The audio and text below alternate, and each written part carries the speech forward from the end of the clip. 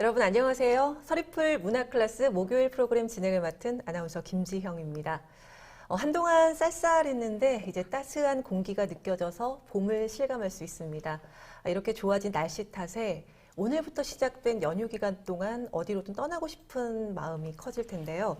코로나19로 인한 사회적 거리두기 이제 정말 얼마 남지 않았습니다. 마지막까지 다 함께 적극적으로 실천해 주시기 바랍니다. 오늘은 조금 시원섭섭한 날입니다. 4월 10일부터 정말 힘차게 달려온 서리풀 문화클래스가 오늘이 마지막 날입니다. 이 서리풀 문화클래스는 코로나19가 길어짐에 따라서 지치고 힘들어하는 서초 구민 여러분들께 문화예술을 통한 힐링의 시간을 선물하고 또 무대가 축소돼서 어려움을 겪고 있는 문화예술인 여러분들에게 공연의 기회를 마련해드리기 위해서 서초구청이 기획을 했습니다. 매회 다양한 아티스트들이 출연을 해서 여러분들께 눈과 귀를 사로잡는 다양한 정보들을 전해드렸는데요. 함께해 주신 모든 분들이 서리풀 문화클래스를 통해서 지치고 힘든 마음에 힐링의 시간이 돼서 일상의 활력을 되찾고 또 답답하고 갑갑한 마음에 조금은 위로가 되셨기를 바랍니다. 서리풀 문화클래스는 오늘이 마지막이지만요. 서초구청과 서리풀 문화클래스 유튜브 채널을 통해서 다시 보기로 시청을 하실 수 있습니다. 많이 아쉽지만 또 힘찬 마음을 담아서 서리풀 문화클래스 여러분과 함께 오늘 시간 시작해 보도록 하겠습니다. 오늘 만나볼 분은요. 광고회사 제힐기획의 베테랑 카피라이터 출신으로 져서 잘 지내고 있다는 거짓말 그리고 가심이 시키는 일 등 베스트셀러에 오르면서 독자로부터 많은 사랑을 받는 인기 작가이자 책을 펴내고자 하는 사람들에게 컨셉과 또 출판 과정을 조언해주는 책쓰기 코치로도 활동을 하고 있는 분입니다. 김희율 작가님을 모시겠습니다. 안녕하세요, 작가님. 예, 안녕하십니까. 네, 반갑습니다. 예. 제가 간단하게 소개를 드렸어요. 직접 인사해 주세요. 제가 말주변이 별로 없어서 그리고 또 더군다나 생방송이라서 지금 많이 떨리고 긴장이 되는데요. 안녕하세요. 저는 최근에 에세이 눈물은 쇄골뼈에 넣어둬를 펴낸 김희율 작가입니다. 반갑습니다. 네. 괜찮아요. 차분하게 하시면 되니까. 예, 예. 눈물은 쇄골뼈에 넣어도 제가 오늘 작가님을 만난다고 해서 책을 좀 봤어요. 예. 근데 가장 눈에 띄는 게 방금 말씀하신 것처럼 책 제목이에요. 눈물은 쇄골뼈에 넣어도. 굉장히 독특한 제목인데 이 제목을 어떻게 짓게 되신 거예요? 보통 제목 정할 때 출판 과정을 잠시 설명을 하면요. 제목을 정해놓고 원고를 이렇게 담아내는 경우가 있고 반대로 원고를 쓴 다음에 제목을 나중에 정하는 경우가 있는데요. 대부분 후자이거든요. 왜 그러냐면 제목이 그만큼 판매에 영향이 있기 때문에 그 인쇄 직전까지 항상 고민을 하는데 저도 그런 고민을 하다가 저는 이 제목을 먼저 정했어요. 대부분의 제가 펴낸 제목은 제가 먼저 정하고 시작을 하는데. 직접 정하시고? 예. 근데 제가 제목에 대해서 이렇게 집착하는 이유가 제가 카피라이터를 좀 생활을 오래 하다 보니까 이런 제목이나 문구에 대해서 좀 강박증이 생긴 것 같아요. 일종의 직업병인 예. 거죠. 그래서 눈물은 쇄골뼈에 넣어도 이 제목을 어떻게 짓게 됐냐면요. 보통 눈물이 흐르면 뺨을 타고 턱끝에서 흘러서 이제 가슴으로 이렇게 스며들잖아요. 네. 그런데 가슴까지 스며들면 너무 아픈 것 같아가지고 뭔가 쉬어가는 완충 작용할 수 있는 무슨 공간이 있으면 좋겠다라는 생각에 문득 쇄골뼈가 떠올라가지고 일단 너무나 힘들어하고 울지 말고 잠시 눈물도 좀 내려놓고 좀 쉬어가자는 의미에서 그렇게 제목을 한번 지어봤습니다.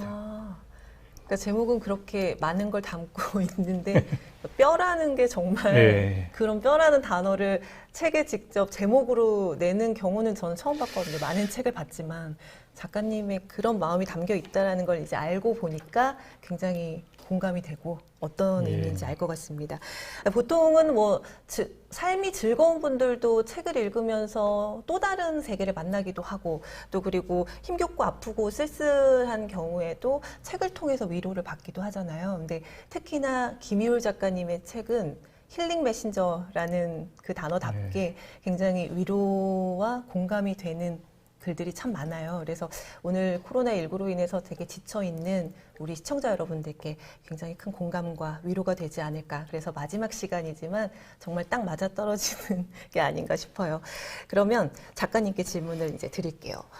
그 유명한 제일기획의 카피라이터로 이렇게 계속 지내셨는데 지금 전업 작가로 바꾸셨어요. 예. 근데 결국에는 카피라이터도 작가도 글과 관련된 거잖아요. 어떻게 해서 글을 쓰게 되신 거예요? 제가 글이라는 게 처음으로 찾아왔던 계기가 있거든요. 근데 조금 오래전 얘기이긴 하지만 제가 대학교 졸업을 하고 남들처럼 취직 공부를 했어요. 근데 이제 도서관 왔다 갔다 하면서 공부를 했는데 사실 공부를 열심히 안 하고 조금 책에 대해서 조금 그때 빠져 있는 상황이라서 책도 좀 읽고 그 미래에 대한 이거에 대한 준비를 해야 하는데 그러다 보니까 사실 1년, 2년 지나다 보니까 제가 백수 생활을 한 3년 정도 했어요. 그러다 항상 라면 끓여 먹고 도서관 가고 그러다가 어느 날 문득 라면이 좀 지겨워가지고 이제 짜장면 한 그릇을 시켜 먹었거든요.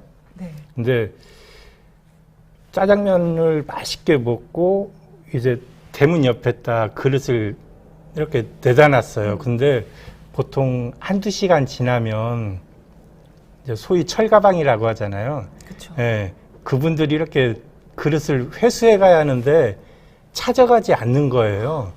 그래서 뭐 찾아가겠거니 했는데 다음 날, 그 다음 날 일주일이 지나도 찾아가지 않는 거예요. 그래서 조금 짜증도 나기도 하고 파리도 꿰고 더럽고 그래서 어떻게 할까 하다가 결국은 짜장면 그릇을 딱 보는 순간 세상 모든 조명이 꺼지고 마치 핀조명처럼 짜장면 그릇과 저만 딱 비치는 것 같은 착각에 빠졌어요. 그래서 그 그릇을 보면서 제가 왈칵 눈물을 쏟았어요. 그래서 쏟은 이유가 뭐냐면 이게 철가방에게 있어서 짜장면 그릇은 잊혀진 존재잖아요. 네, 그러겠죠. 예. 안 찾아갔으니까. 예. 네. 근데 저도 그 당시 제가 세상으로부터 제가 잊혀진 존재가 되어가는구나라는 그 어떻게 보면 이 존재의 부재감을 느꼈거든요. 그래서 뭔가 이게 망치로 맞은 듯한 그런 느낌으로 이렇게 살면 안 되겠구나. 나를 알려야겠구나. 내 존재를 알려야겠구나. 그렇다면 내가 잘할 수 있는 게 뭘까? 글이라는 걸 한번 도전해 볼까? 그때부터 글을 쓰기 시작했던 것 같아요. 예, 그래서 결국 이 자리까지 오게 됐습니다. 굉장히 독특해요. 왜냐하면 보통 우리는 짜장면 그릇을 안 찾아가면 왜 안 찾아가지? 하고 전화를 하거나 빨리 가져가라고 할 텐데 글을 쓸 숙명을 가지고 계신 분이었나 봐요. 어떻게 그걸 가지고 신춘문예를 그러니까 그 주제로 해서 당선이 되신 거죠. 짜장면 그릇 그걸 소재로 제가 신춘문예를 처음으로 도전했는데 뭐 또 한 번에 이렇게 딱 돼가지고 작가라는 타이틀을 얻게 되었던 계기가 됐습니다. 어찌 보면 그 짜장면 그릇을 안 찾아간 배달하시는 분한테 감사해야 될 것 같은데요.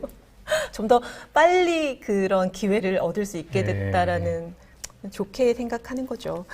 그러면 이제 그렇게 해서 글을 쓰게 되셨고 유명 카피라이터에서 이제 전업 작가로 그럼 전업을 하게 된 계기는 또 어떤 게 있었을까요? 왜냐하면 카피라이터라는 직업 굉장히 좋잖아요. 예.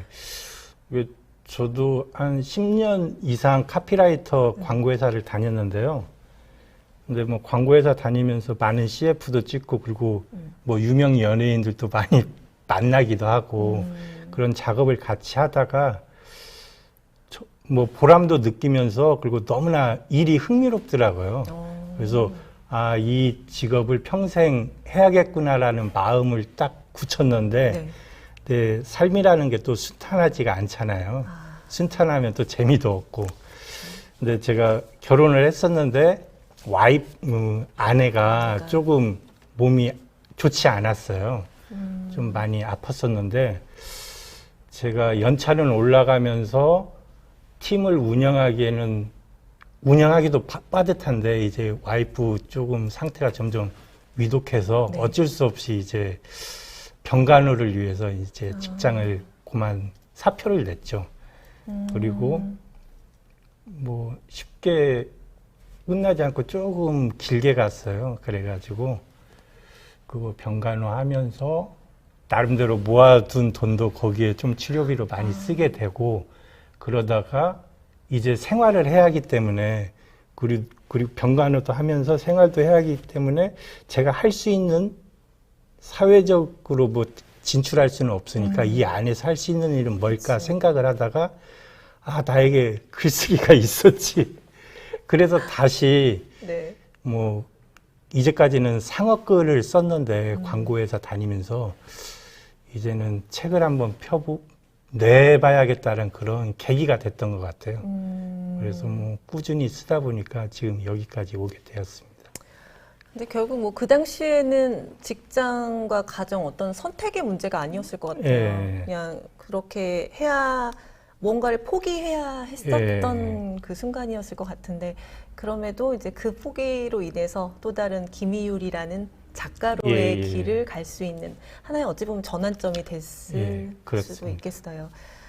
많은 분들이 들으면서 서초동 대니님도 인생의 전환점 방금 말씀하셨으니까 들으셨을 것 같고 또 서진희님도 제가 책 읽는 걸 좋아하는데 좋은 책이나 글귀 있으면 이거는 나중에 해주실 거죠.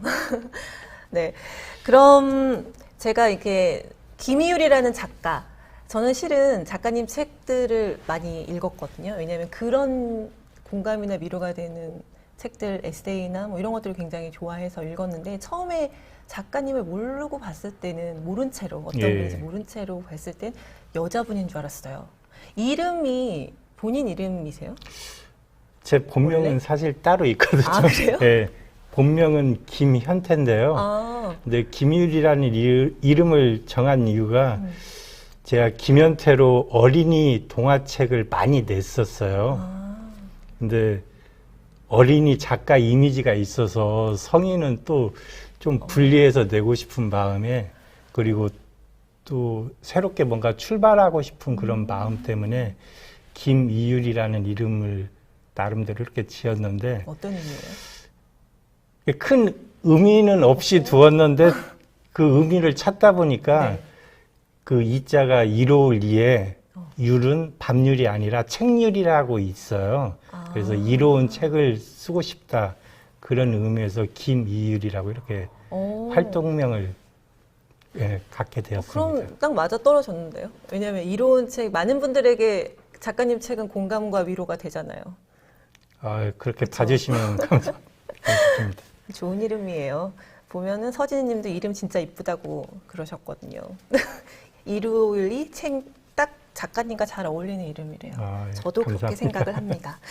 그러면 이제 작가님이 보통 작품 활동을 주로 이제 집이나 작업실에서 하실 텐데 코로나19 때문에 또 바깥 활동 거의 안 하시고 지금 거의 오랜만에 하신 걸로 알고 있는데 저희가 지금 서초구에서 진행을 하고 있는데 이 서초구하고도 좀 인연이 있으세요? 어떠세요?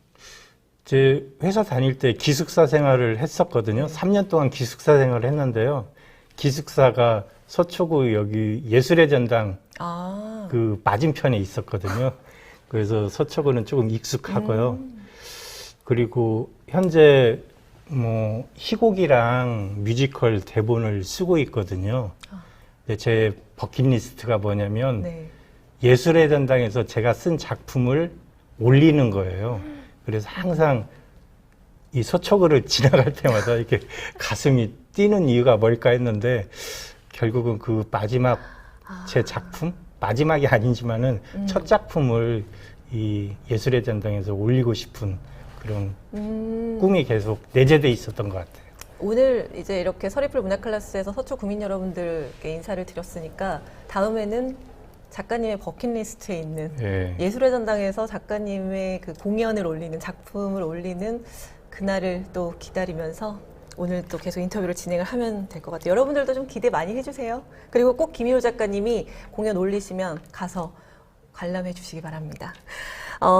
요즘 이제 코로나19로 인해서 그냥 아무 일 없는 일상들이 굉장히 좀 소중하게 느껴지고 그때가 그리워지는 때가 정말 많아요. 그래서 작가님의 글을 보면 때론 아픔, 상처, 그리고 위로의 글들이 굉장히 자주 보이는데 좀 몇 가지 좀 들려주실 수 있을까요? 책 소개를 좀 해주세요, 글을.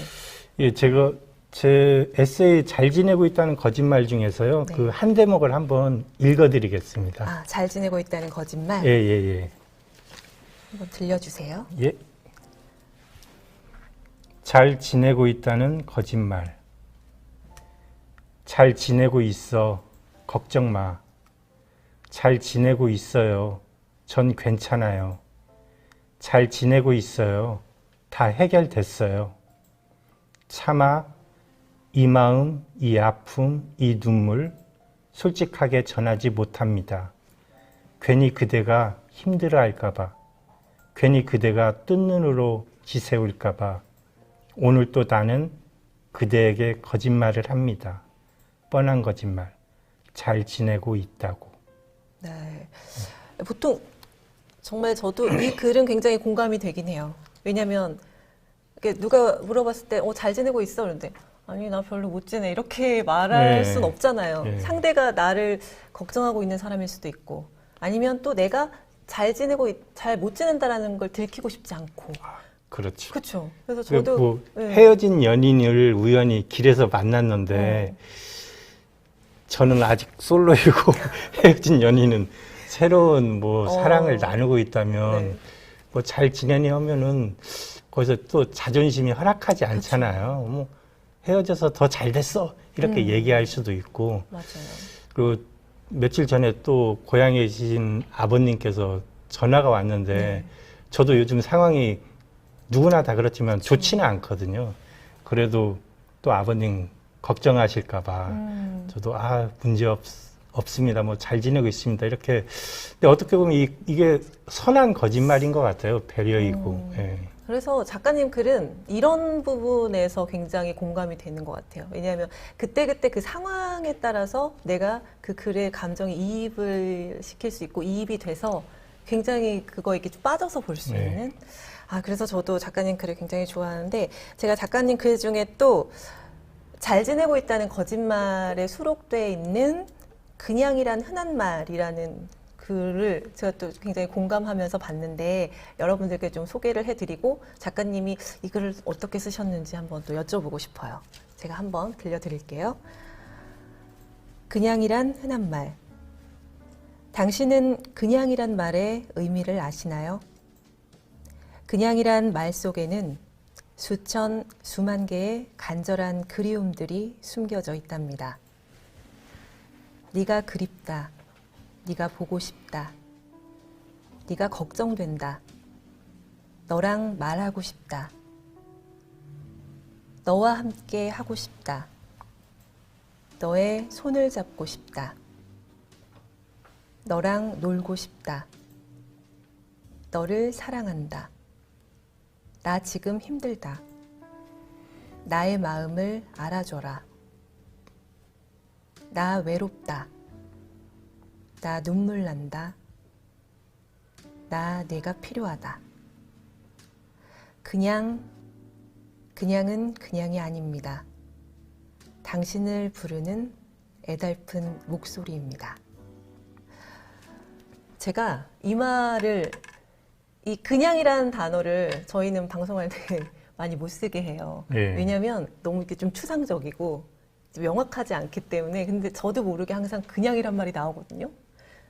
그래서 이 안에 내포된 것들이 전부 다 그 사람들이 어떤 상황에서든 표현하고 싶어 하는 것들인 것 같긴 해요. 이런 어떤 의미를, 어떤 마음을 전하기 위해서 이런 글을 쓰신 거예요?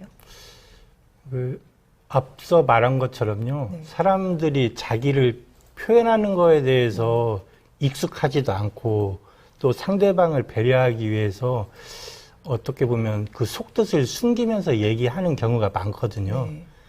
근데 항상 어떤 좀 좋지 않은 일에 대해서는 전조 증상이라는 게 있는 것 같아요. 느닷없이 갑자기 무슨 일이 생기지는 않거든요. 그렇죠. 항상 뭔가 이렇게 그 사람의 마음을 계속 조금씩 보여주는데 저는 이 그냥이라는 말 속에 혹시라도 그 사람의 뭔가 아픔, 슬픔, 괴로움 그게 내포되어 있지 않나 그것을 확인할 수 있고 그리고 작지만은 나의 손길로 인해서 그 사람이 또 힘을 낼 수도 있는 거고 나의 따뜻한 말 한마디가 그 사람을 또 견딜 수 있는 힘을 줄 수도 있는 거고 저는 어찌됐든 그냥이라는 것을 지나치지 않고 사람을 이렇게 관계 속에서 조금 더 친밀함 그리고 포용력 그런 의미를 갖자는 의미에서 제가 썼는데 네. 이게 제대로 전달이 됐는지는 모르겠어요. 오늘 이제 말씀해 주셨으니까 전달이 되지 않았을까요? 아니, 앞으로는 누군가가 이렇게 그냥이라는 단어를 쓸 때 그냥 스쳐 지나가는 네. 게 아니고 한 번쯤은 그 사람이 왜 그런 말을 했을까라고 좀 생각을 하는 계기가 될 것 같아요. 작가님 작품을 보면 뭐 전에도 계속 말씀드렸지만 공감과 위로를 주는 내용이 줄을 이루는데 어떻게 해서 특별히 그런 글을 위주로 이렇게 쓰게 되신 거예요? 근데 보통 이렇게 갓난아이가 태어날 때 응애 하고 울잖아요. 울면서 태어나잖아요. 그때 모든 엄마들의 마음은 똑같을 것 같아요. 이렇게 울면서 태어났으니까 이 세상 사는 동안에는 좀 많이 웃는 날이 많았으면 그런 바람이 있을 텐데 네. 근데 또 세상살이가 만만치 않잖아요. 그렇죠. 예, 뭐 성인이 되고 어른이 되면은 사실 웃을 날보다는 조금 힘든 날, 뭐 괴로운 날, 쓸쓸한 날 이런 날이 더 많을 텐데 저는 이런 글을 쓰는 이유가 사실은 그런 힘든 상황이 닥쳤을 때 네. 과연 나는 어떤 자세를 취해야 할까 그거에 대해서 해답은 아니더라도 저는 솔직한 자기 표현이 중요한 것 같아요. 그냥 힘들면 힘들다고 얘기하는 거, 아프면 아프다고 얘기하는 거, 그냥 안 아픈 척, 괜찮은 척 이러다 보면은 거짓자 그리고 포장된 자아로 살기 마련이거든요. 그러면 끝내는 자기 자신 존재조차 잃어버릴 수도 있으니까 저는 그냥 아프면 아픈 대로 힘들면 힘든 대로 그리고 나도 이 모양 이 꼴이야 그런 마음을 전해주고자 제가 그런 걸 조금 건드려주는 거이면서 저도 고백이기도 하고 그래서 같이 공감을 좀 나눴으면 하는 마음에 그런 글을 계속 쓰고 있습니다. 근데 뭐 힘들면 힘들다, 아프면 아프다 이렇게 말하면 참 속 편하고 좋을 텐데 그렇죠. 사람들이 좀 쉽지가 그쵸? 않죠. 그런 네. 표현을 하는 게 굉장히 좀 쉽지가 않아요. 그래서 글에는 어찌 보면 남한테 말하는 것보다 책을 읽으면서 좀 그런 걸 배워가기도 하고 나를 좀 위로를 하는 그런 게 책이 주는 마음의 열쇠가 돼주는 그런 느낌? 그런 것 같아요. 그리고 이제 작가님이 책 쓰고 싶어하는 예비 작가들에게 예. 코칭을 또 해주고 계시잖아요. 예, 예. 그 얘기 좀 해주세요. 어떤가요? 많이들 책을 내나요? 요즘은 뭐 소설가, 네. 희곡 작가, 뭐 시인 이렇게 전문적으로 글을 쓰려는 사람도 있지만은 어떻게 보면 자기의 직업, 자기가 갖고 있는 뭐 전문성. 전문성을 더 부각시키기 위해서 또 마케팅 아니면 홍보 그런 쪽으로 활용하기 위해서 책을 내는 사람이 많이 늘었거든요. 근데 그런 사람 사실 책을 쓴다는 게 막연한 거잖아요. 그쵸. 뭐 글은 열심히 쓸 수는 있지만은 글과 책은 분명히 다르거든요. 그래서 이렇게 글을 내고자 책을 내고자 하는 사람에게 제가 이제 제목도 좀 잡아주고 그리고 컨셉도 잡아주고 어떤 소재로 썼으면 좋겠다라는 것을 서로 이게 공부하면서 이렇게 완성해가는 그런 과정을 제가 도움을 주고 있죠. 그래서 뭐 원고가 완성이 되면 좋은 출판사 또 소개도 좀 시켜주고 그런 일을 하고 있습니다.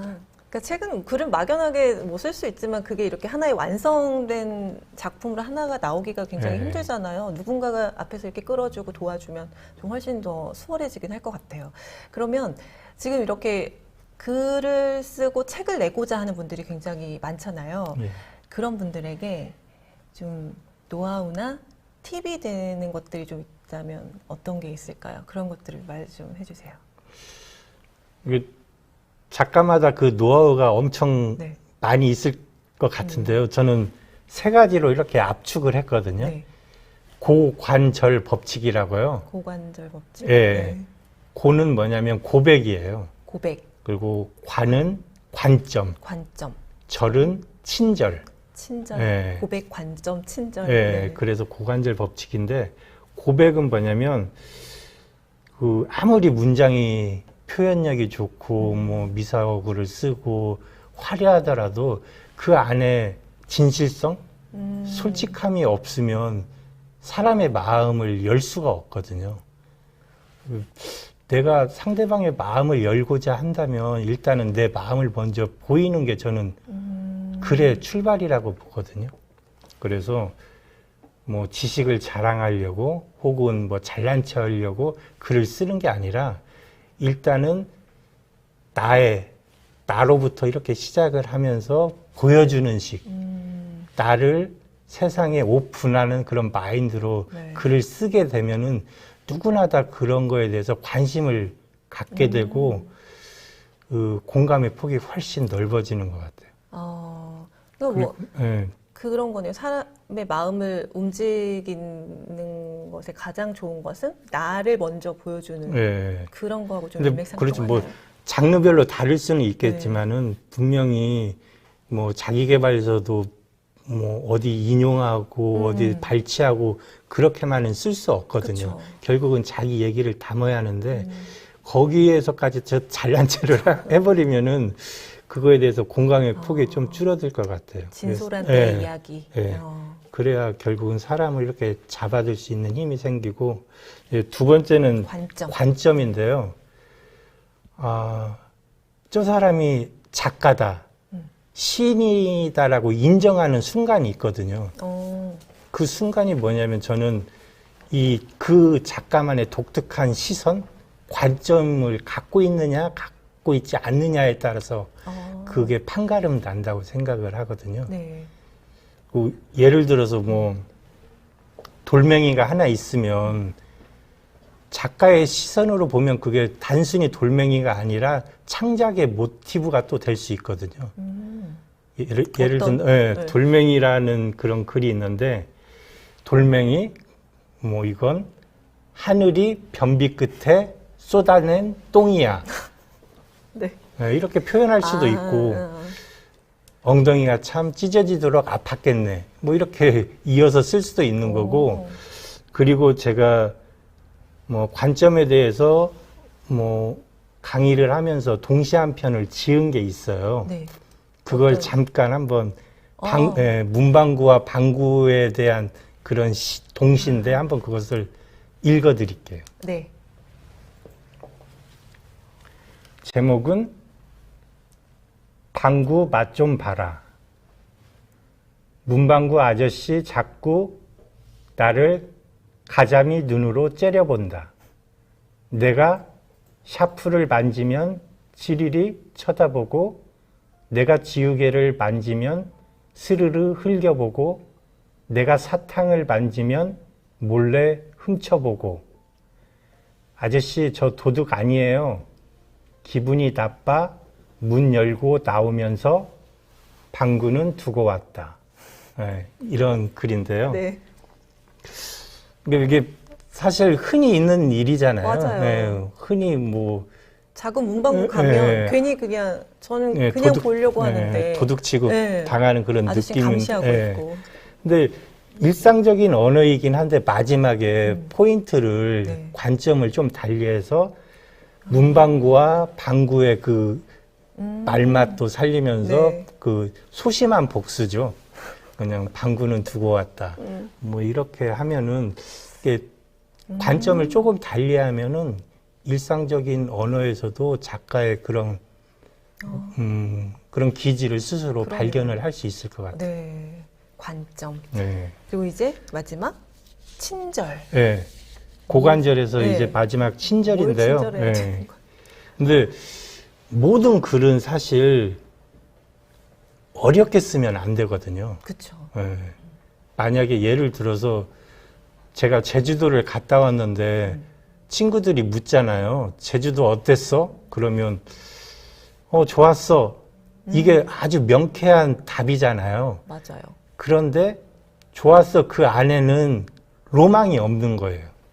제주도를 가고 싶은 그런 로망이 숨겨 있지 않아요. 제주도 어땠어? 그러면 뭐 물 색깔은 이랬고 갈매기는 어땠고 용두암은 어땠고 해변가를 보면서 먹는 라면 맛은 어땠고 이런 거에 대해서 구구절절 친절하게 설명을 해줘야 다음에 나도 제주도 가고 싶다라는 로망이 생기는 것처럼 글도 너무 사소해. 굳이 이런 것까지 내가 써야 해? 너무 이건 개인적이야. 이렇게 해서 스스로 검열해서 삭제하는 경우가 있거든요. 그러지 말고 저는 주저리 이렇게 뭐라고 해야죠? 이게 나열?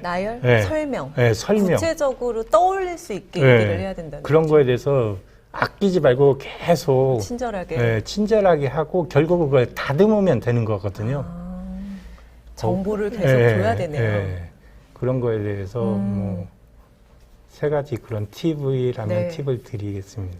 뭐 책을 쓰고 싶어 하시는 분들도 많고 또 어떻게 해야 되나 고민하는 분들 굉장히 많으셨을 텐데 저도 마찬가지고요. 고관절 꼭 기억해 주시기 바랍니다. 보면 지금 한번 어떤 분들이 있는지 서초동 대니님이 그 아까 방구 맛 좀 봐라 보고 진짜 웃기네요. 작가님이 만든 광고 문구가 뭔지 갑자기 궁금해지네요. 그리고 서진희 님도 재미있는 광고 문구 이전에 쓰셨던 거 뭐가 있었나요? 궁금해요.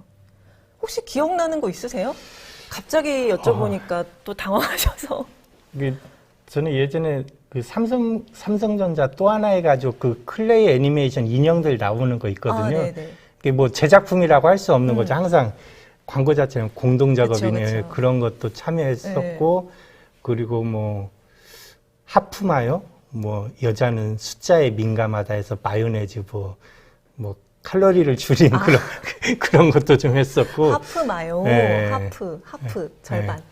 그런 것도 했었고요. 뭐 이것저것 사실 동화적인 상상력을 좀 활용을 해서 제가 오리온 제과나 눈높이, 네. 그 대교 눈높이 그런 어린이 제품을 많이 사실 했었습니다. 그러시구나. 네. 그러니까 그래서 동화책도 많이 쓰시고 그러면 이 부분에서 아까 또 질문도 하신 분이 있는데 요즘 같이 이렇게 좀 코로나19 때문에 지치고 좀 힘들잖아요. 이럴 때 좀 힐링이 될 수 있는 글이나 뭐 이런 방금 이제 광고 문구 말씀하셔서 글이나 뭐 장르, 뭐 책 이런 거 추천해 주실 만한 거 있을까요? 저는 그 동화 얘기가 나와서 그러는데요. 제가 동화책을 조금 한 40~50권 냈어요. 근데 그 중에서 굳이 추천을 하고 싶은 것은 엄마가 사랑하는 책벌레라는 그런 책이 있거든요. 이게 책 읽기를 싫어하는 아이가 책벌레가 되는 과정으로 이야기인데 저는 어른들에게 동화나 동시를 추천하는 이유가 뭐냐면 사실 어릴 때 순수함이 있잖아요. 그쵸. 그리고 동화를 읽는다는 것은 어떻게 보면 지금의 속도를 조금 늦춘다는 거거든요. 그리고 뭐 동화책 뭐 전집으로 사서 뭐 맞아요. 예, 진열했다가 또 먼지 쌓이면 버리기도 하는데 그걸 다시 한번 초등학교 운동장에 돌아가서 그 그네 타면서 이렇게 한번 읽어보는 거 그 자체가 또 힐링이 아닐까 그렇게 생각을 합니다. 그럼 저도 집에 그 아까 말씀하신 것처럼 뭐 60권, 120권 있는 동화책들 저는 안 버렸거든요. 그래서 가끔씩 그거 빼서 읽어요. 요즘 나오는 책들은 어려운 내용들도 많고 머릿속 복잡할 때 한 번씩 보면 다시 옛날로 돌아가는 것 같아서 힐링이 되곤 해서 아마 여러분들도 아이가 있으신 분들은 아이의 책을 한 번씩 읽어보셔도 좋을 것 같고요. 본인의 책이 아직도 남아있다. 그럼 그거 먼지 좀 털어서 읽어보셔도 참 좋을 것 같습니다. 그럼 이제 코로나로 인해서 예술인들 뿐만 아니라 지쳐있는 시청자 여러분들, 모든 분들이 지금 마음도 굉장히 무겁고 많이 힘드시잖아요. 작가님만의 그런 위로의 메시지 한번 전해주시면 어떨까요? 요즘 사실 어떤 말씀을 드려도 위로가 될지는 모르겠지만은 네. 저는 그 별일 없음의 고마움에 대해서 다시 한번 생각하는 계기가 됐으면 좋겠어요. 아, 별일 없음의 고마움. 예. 사실 젊었을 때나 혈기가 왕성할 때는 네. 별일 없다는 거에 대해서 되게 지루해하고 무료하고 심심해하고 맞아요. 따분해하잖아요. 네. 그런데 지금 상황에서는 사실 별일 없는 게 너무나 고맙거든요. 그쵸. 예.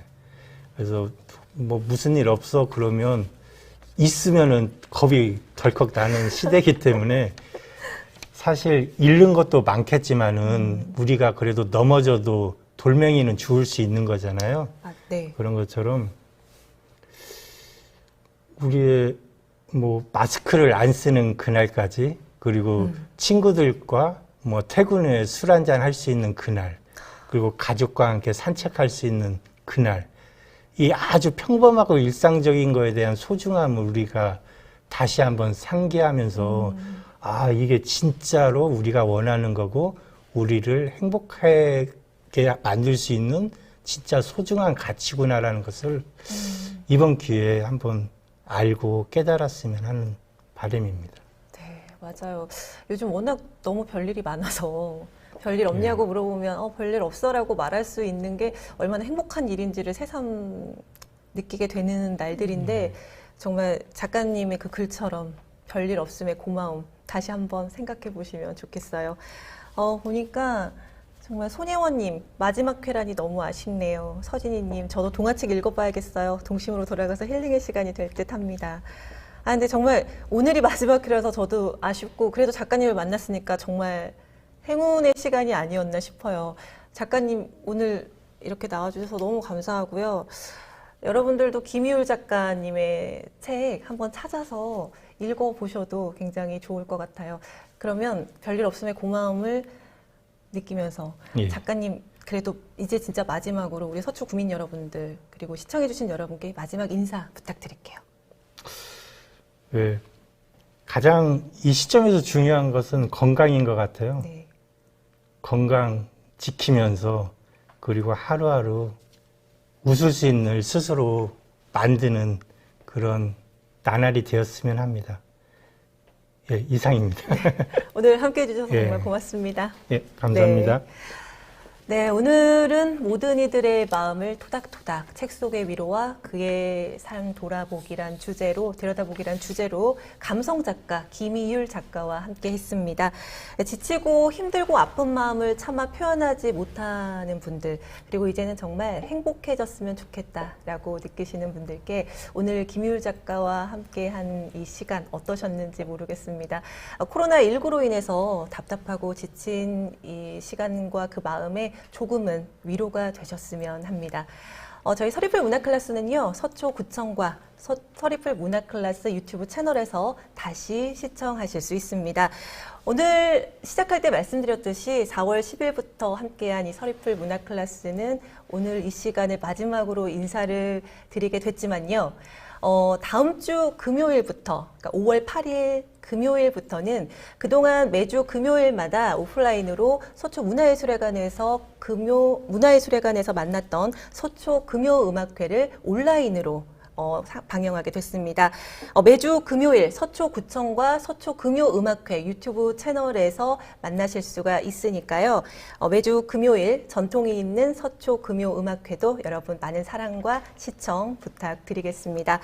마지막으로 오늘 김희율 작가님이 시청하시는 모든 분들께 오늘의 꽃이란 시를 선물을 해주셨습니다. 김희율 작가님의 목소리로 듣는 오늘의 꽃, 이 시 낭독을 끝으로 서리풀 문화 클래스 마치도록 하겠습니다. 차원이 다른 서초만의 문화예술 서비스 서리풀 문화 클래스, 여러분 그동안 함께해 주셔서 고맙습니다.